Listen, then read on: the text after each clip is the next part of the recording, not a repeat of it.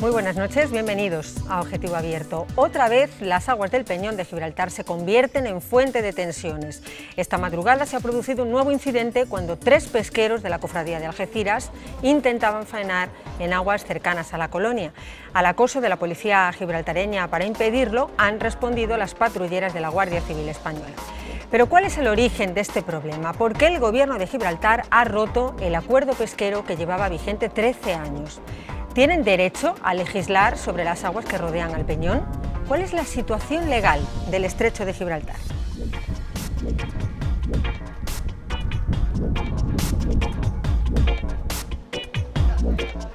El asunto, ya se imaginan, es realmente complejo, tiene aristas políticas, también diplomáticas y está afectando a la vida cotidiana a uno y otro lado de la verja. Este último incidente ocurrido en la madrugada con los pescadores de Algeciras ha tensado la cuerda todavía más, Miguel Ángel, y ha habido una respuesta contundente por parte del Gobierno de España. Así es, y tanto ha sido así que hasta la Guardia Civil ha pedido la intervención de la Armada Española en la zona por si se repiten incidentes como el de anoche y que van a ver a continuación. Incidente, ahí lo están viendo, que podemos ver gracias a las imágenes grabadas por un teléfono móvil de uno de los pescadores amenazados anoche en Gibraltar. En ella están viendo el momento en que los 3 pesqueros, con base en Algeciras, son abordados por patrulleras de la policía gibraltareña cuando se disponen a desplegar sus redes de pesca. En ese momento, la Guardia Civil, alertada por los patrones españoles, acude en auxilio de los pesqueros andaluces, obedeciendo a las pautas fijadas por el Gobierno español esta misma semana.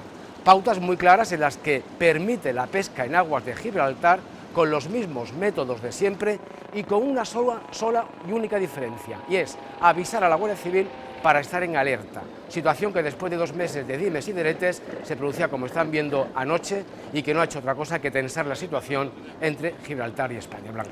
Miguel Ángel, lo cierto es que este incidente nos ha sorprendido porque ayer mismo se anunciaba una especie de tregua, ¿no?, mientras se llegaba a una solución final. Efectivamente, pero es un acuerdo o tregua entre pescadores de la línea de la Concepción y Gobierno de Gibraltar, en el que no ha estado presente el puerto de Algeciras, puerto al que pertenecen precisamente los 3 pesqueros abordados anoche por la policía gibraltareña.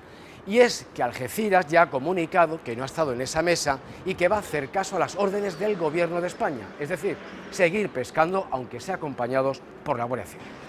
Bueno, pues a ver si nos aclaramos esta noche, porque el problema se centra en 3 millas de agua que rodean el Peñón. Gibraltar las reclama como propias y España no se las reconoce. ¿Necesitan nuestros pescadores permiso para faenar allí? ¿Deben acatar las normas que imponga el gobierno gibraltareño? Pues se lo vamos a preguntar a nuestro invitado, Pablo Antonio Fernández. Muy buenas noches. Buenas noches. Bienvenido, es catedrático de Relaciones Internacionales y de Derecho Internacional. Muchos, si tenemos en cuenta que son 6 los amarrados en el puerto de Algeciras, que también dependen de la pesca en aguas de Gibraltar. Y lo que hemos podido apreciar es que en un puerto como el de la Línea, donde 300 familias dependen de alguna manera de la pesca en esas aguas, lo que se pide es resolver el conflicto de la manera más pacífica posible y sin tensiones. Así que esta es su visión del conflicto. Bajo el cielo del campo de Gibraltar van a conocer qué es lo que está pasando de la mano de la Cofradía de Pescadores de la Línea de la Concepción. Y es que de buenas a primeras, el pasado mes de marzo, dice el Gobierno de Gibraltar que no se pesca a menos de 3 millas del Peñón, es decir, unos 5 kilómetros más o menos. Y parece que está todo el Mediterráneo y que no pasa nada, pero pasa y mucho, lo van a conocer aquí, en la Cofradía de Pescadores. Sería a unas 3 millas más o menos, sí, ¿vale? Y 3 millas alrededor de Gibraltar.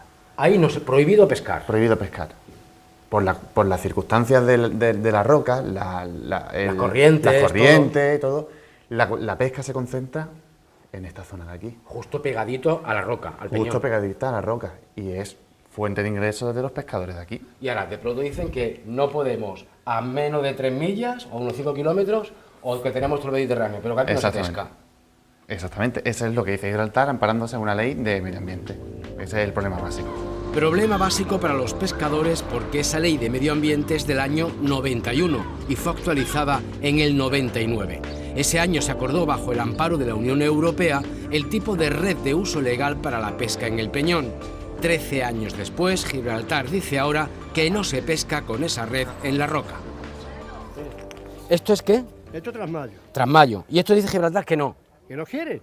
¿Y por qué no quiere? Porque no quiere ellos. Y mira, lo claro que ha hecho. Ahí está las manos. Que esto no es legal. Y el puerto pesquero está, como están viendo, vacío. Tenemos aquí a Leoncio, que afortunadamente nos está esperando porque es el patrón mayor de la Cofradía de Pescadores de la Línea de la Concepción. Leoncio, buenos días, y al menos nos va a atender, porque esto está desolado. Buenos días, esto está como dice el refrán, esto está muerto. ¿Me invitas a tu morada a charlar un rato? Sí, hombre, claro.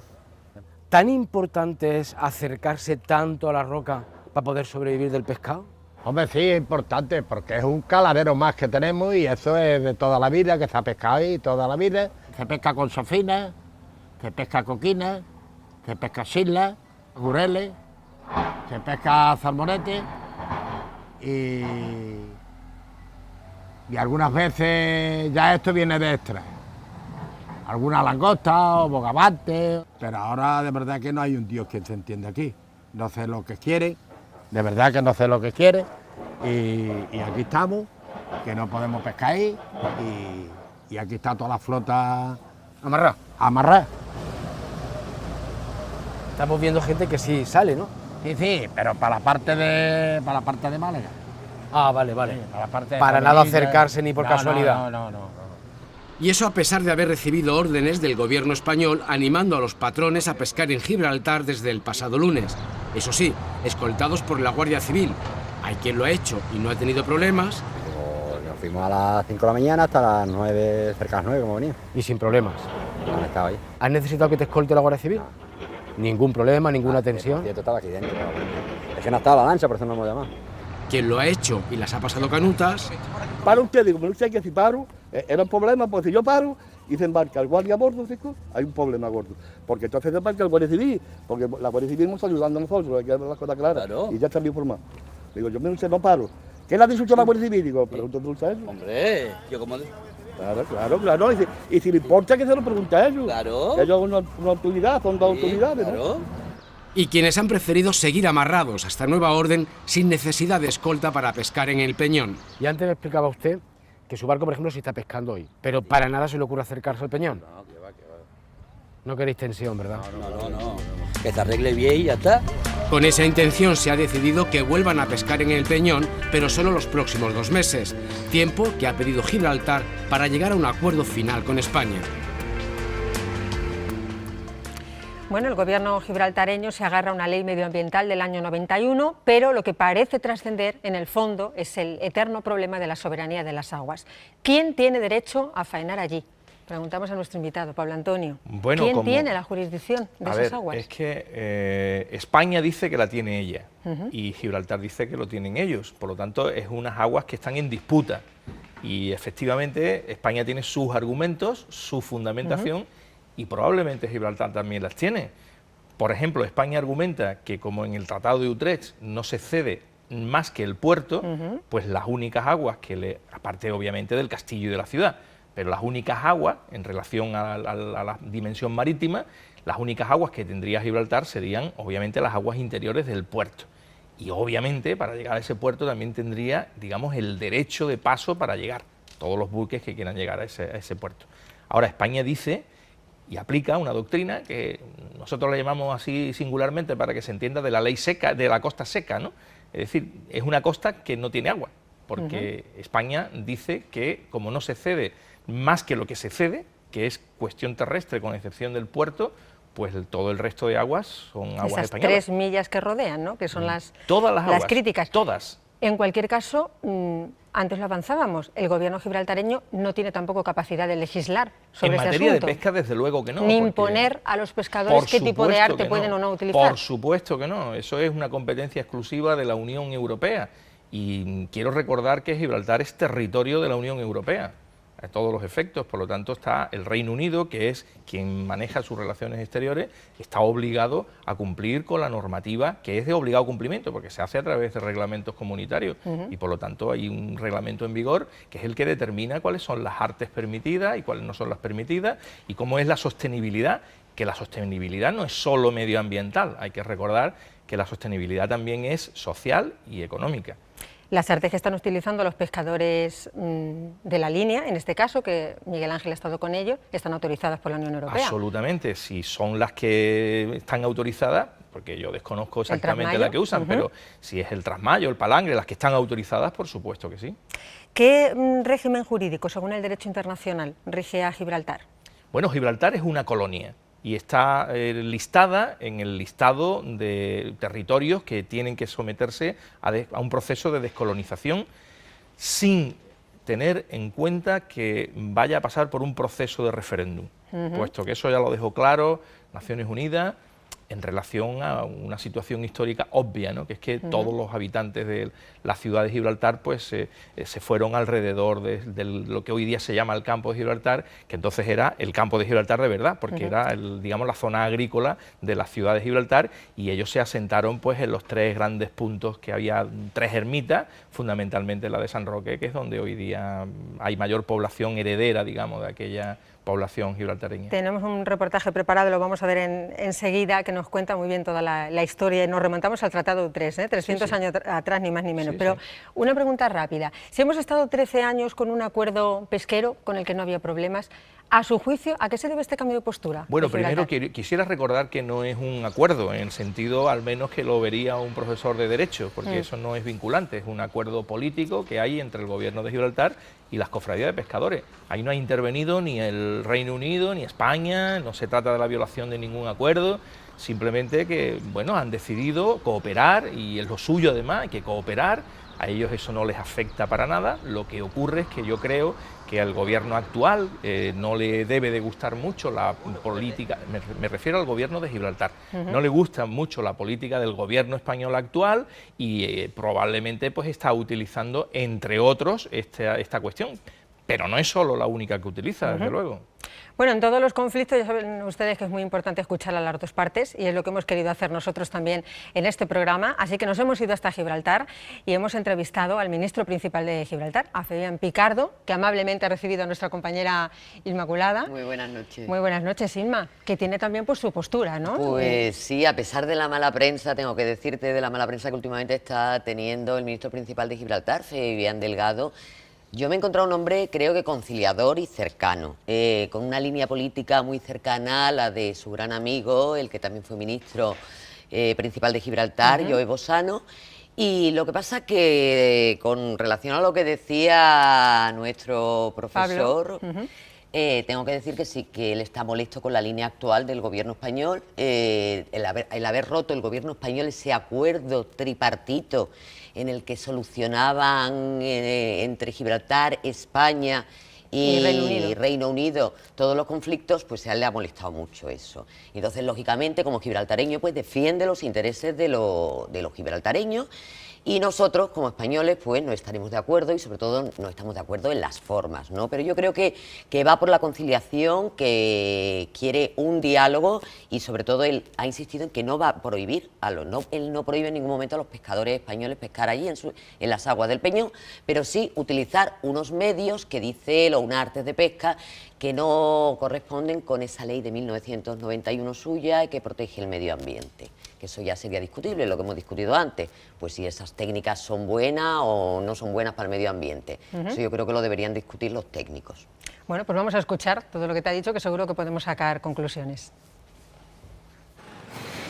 En pleno conflicto pesquero entre Gibraltar y los pescadores españoles, nos hemos venido hasta aquí, hasta el Peñón, para hablar con su ministro principal, con Fabián Picardo, y preguntarle si por fin se ha llegado a un acuerdo y si a partir de ahora nuestros pescadores, los pescadores españoles, pueden faenar en estas aguas. Y estas son las colas que nos hemos encontrado en la aduana. Fabián Picardo, ministro principal de Gibraltar. ¿Podemos decir que se ha llegado a un principio de acuerdo para que los pescadores españoles puedan seguir faenando en estas costas?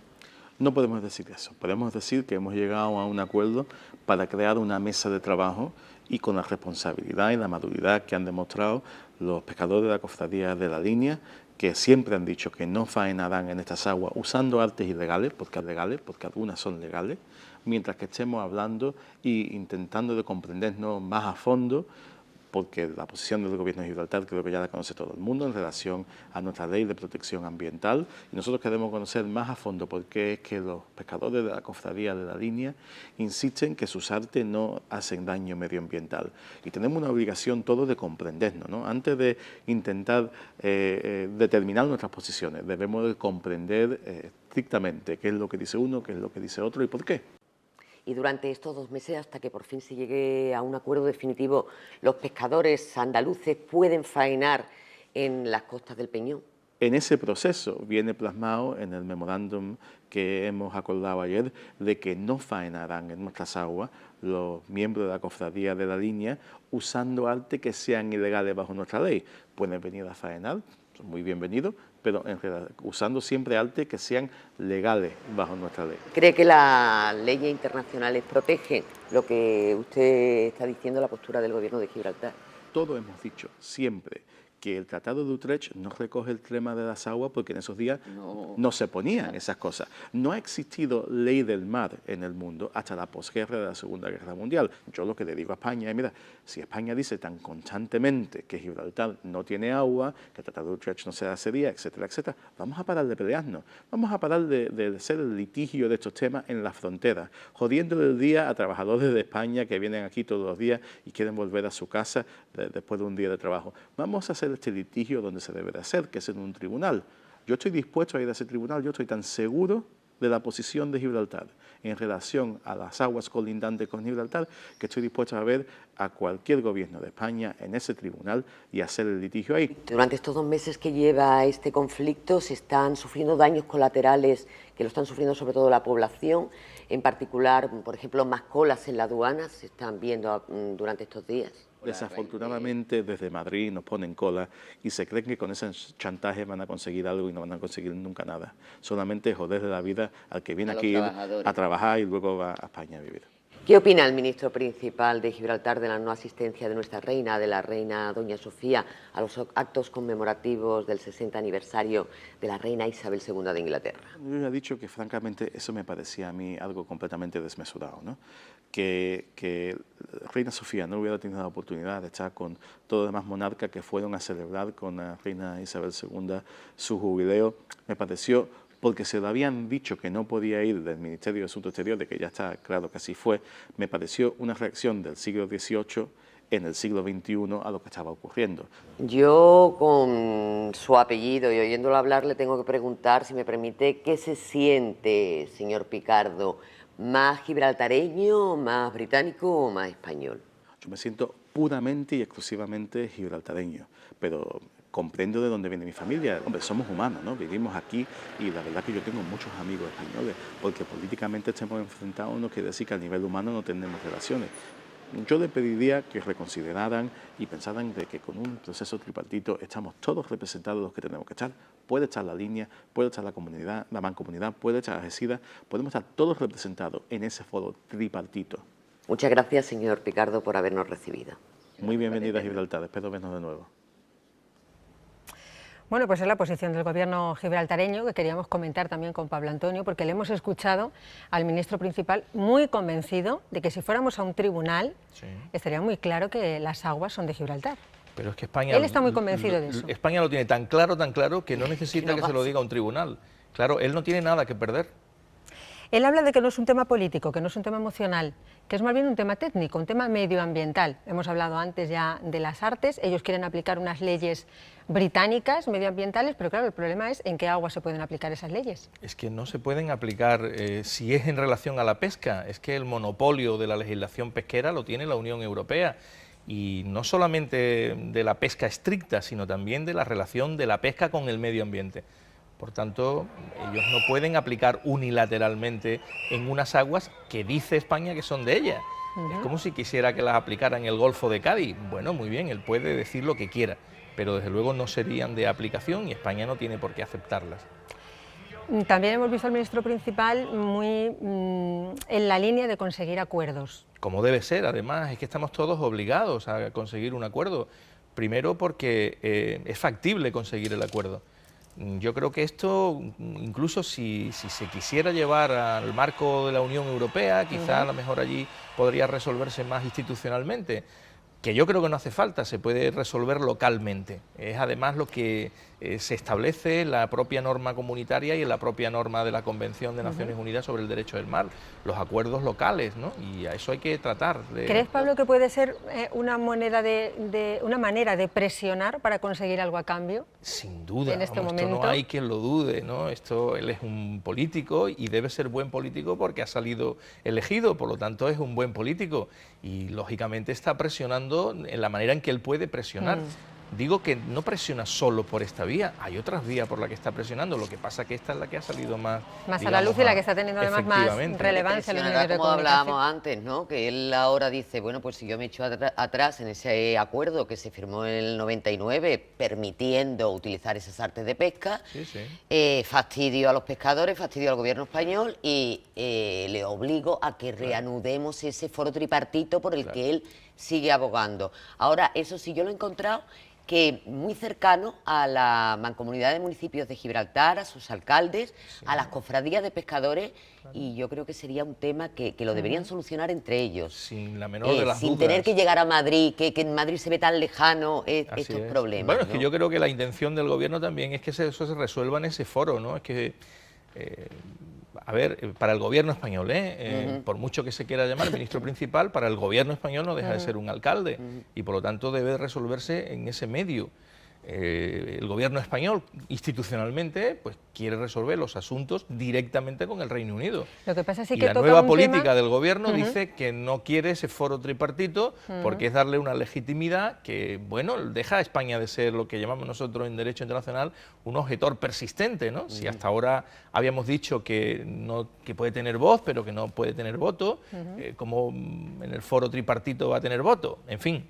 Que toca un tema muy sensible y que va directamente al corazón, ¿no? Que es el tema de la pesca, especialmente para Andalucía sin y para duda. la comarca de Gibraltar, ¿no? Sin duda, lo mismo que España, pues también como contrapartida, pues está a lo mejor ralentizando, digamos, la verja, ¿no? Hombre, lo hemos visto, ¿no? Claro, hemos lo visto hemos las visto colas, que normalmente son colas de media hora y estos días son 3 horas. Así es. No hay así derecho es, que así es. unas personas que van a trabajar todos los días Así a Gibraltar o vayan que tengan que aguantar 3 horas de O los cola. propios ciudadanos gibraltareños. Muchos de ellos que viven es una pena. en España, ¿no? Que tienen que venir al médico o a comprar o a lo que sea, pues también se sienten perjudicados. ¿Cree que tiene mucho más recorrido esta forma de presionar? Probablemente sí, va a seguir presionándose cada vez más, claro, hasta que la cuerda esté excesivamente tensa y entonces haya que destensarla y puede que a lo mejor la próxima reunión que mantenga el ministro de Asuntos Exteriores con el ministro de Exteriores en Londres, pues quizá se pueda resolver alguna situación. Sí. Bueno, lo que vemos es que España y Reino Unido tienen diferente forma de entender la realidad gibraltareña y que esto ha dado pie a numerosos conflictos diplomáticos, incluso entre casas reales. A lo largo de la historia hay decisiones, visitas y gestos que han avivado la polémica.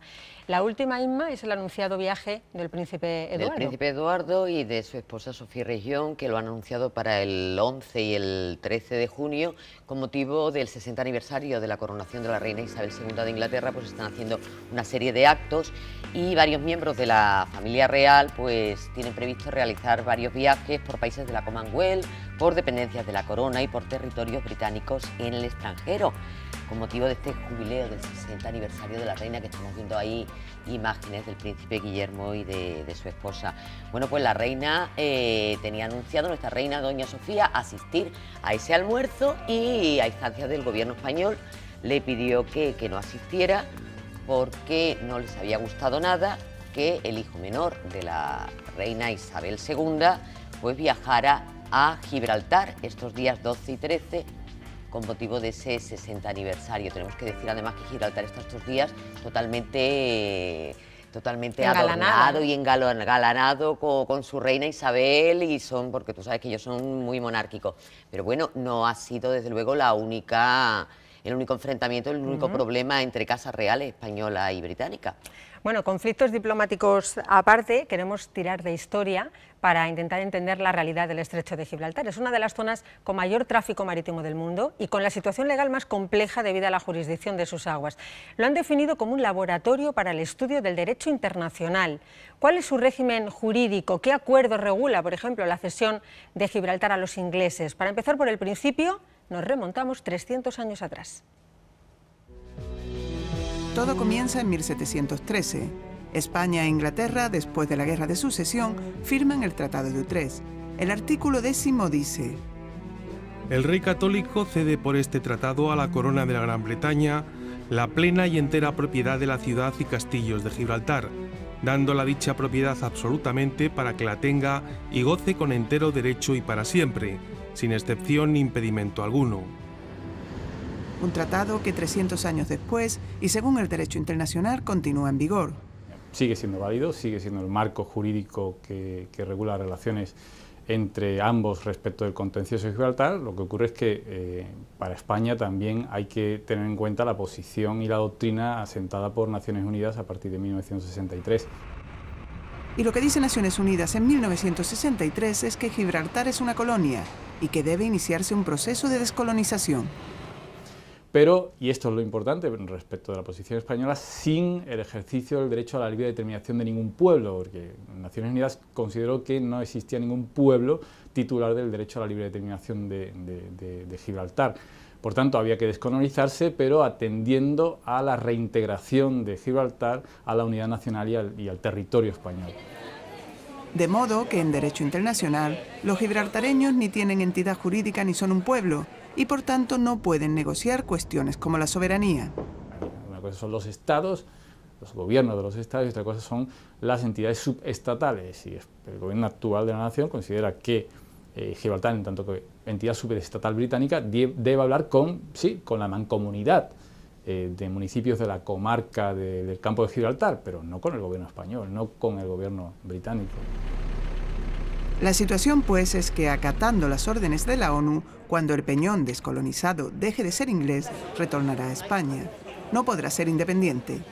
Los gibraltareños, por supuesto, están en contra de todo esto, y Reino Unido aplica una política de paños calientes. Lo que el Reino Unido mantiene es que no adoptará ninguna negociación, no comenzará siquiera ninguna negociación sin el consentimiento de Gibraltar y de las autoridades gibraltareñas y del pueblo gibraltareño. Además, en el Tratado de Utrecht, que recordamos que es el marco jurídico válido aceptado por España y Reino Unido, se cede el peñón, y solo el peñón, no el istmo, o sea, el camino que lleva a la línea y donde se ha construido el aeropuerto. Este terreno se lo apropiaron los ingleses a principios del siglo XX. Ellos construyeron entonces la verja, que se cerró en 1969, en una respuesta de las autoridades franquistas a una mayor autonomía concedida a Gibraltar por los ingleses. Ese cierre provocó heridas y partió en dos a la población, hasta que el primer gobierno de Felipe González la abrió en 1982.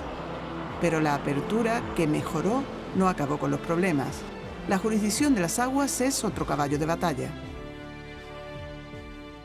España se acoge un poco a la doctrina de la costa seca, es decir, el Tratado de Utrecht cedió el castillo, la ciudad y el puerto, pero no las aguas, no aguas jurisdiccionales, no jurisdicción territorial sobre aguas adyacentes a Gibraltar.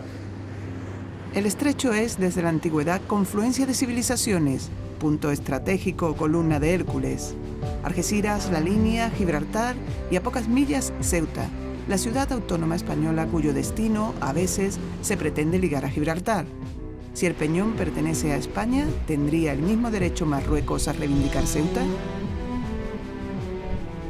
Bueno, pues es la pregunta que trasladamos a nuestro invitado, porque siempre que hablamos de Gibraltar salen a la palestra Ceuta y Melilla y no tienen nada que ver, ¿no? No, nada que no. Dos casos totalmente diferentes. Absolutamente diferentes.